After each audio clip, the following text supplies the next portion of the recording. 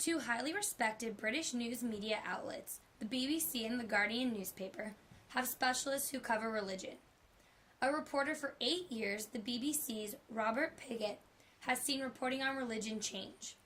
But I think when you cover religion, you also have to be careful about not using the language of religious organisations, not to not to assume that religion is right or correct or the social norm anymore. It's a product of secularisation to some extent. Maybe in the 1950s and 60s I wouldn't have said that, but there is very much a sense, I think, in which one should treat religion as a social phenomenon, certainly in this country, and it's the way that we do deal with it. Piggott writes faith diaries for the BBC website.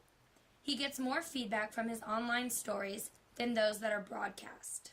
I get lots and lots of feedback, both from the diary but also from stories on online, much more than you get in radio and television. So the other thing I've noticed is you can say things, quite provocative, chatty things on the radio too, and no one will come back to you.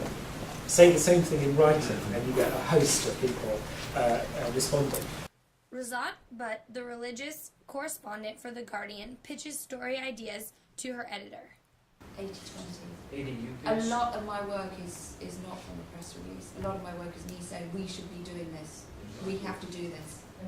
One of the hard parts about reporting on religion is having to travel around the world. There was one period between May and July last year where I spent 5 days in Turkey, came back to England, I was here for 2 weeks, I went to Jerusalem for a week, I came back, I went to Saudi Arabia for 3 days, I came back, and I was just living out of a suitcase, so I got to know my airports pretty well. Getting space during a busy news cycle is another challenge. We've got an incredibly busy news cycle, and it's been pretty relentless now for about a month. It's really hard to get that space, but it's not just my specialism that suffers. It's all specialisms that suffer. When there's a big political story around, then the focus is on politics. When there's a big foreign story around, all your resources are geared towards that particular region. So it's things like fighting for space. And Razat Butt finds it difficult to make more stories understandable. Religion has a lot to do with science. It's quite technical. There's quite a lot of detail involved. And sometimes if you're reporting it for a newspaper that's not like the Christian Science Monitor or not Christianity Today, you have to sometimes take up the nuance and the level of detail. I don't want to use the phrase dumbing down, but you do have to make it accessible to a lay audience. Not everybody will know what you're talking about when you refer to Canon Law 401, paragraph 2.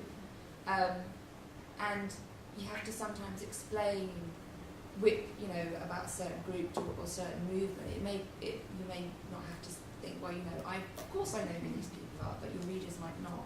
So sometimes the difficulty is having to explain it in a way that actually dilutes the detail and makes it less sophisticated. For both Robert Piggott and Razat Butt, reporting on religion is challenging but also rewarding. This is Megan Nelson reporting from London for Faith and Friction.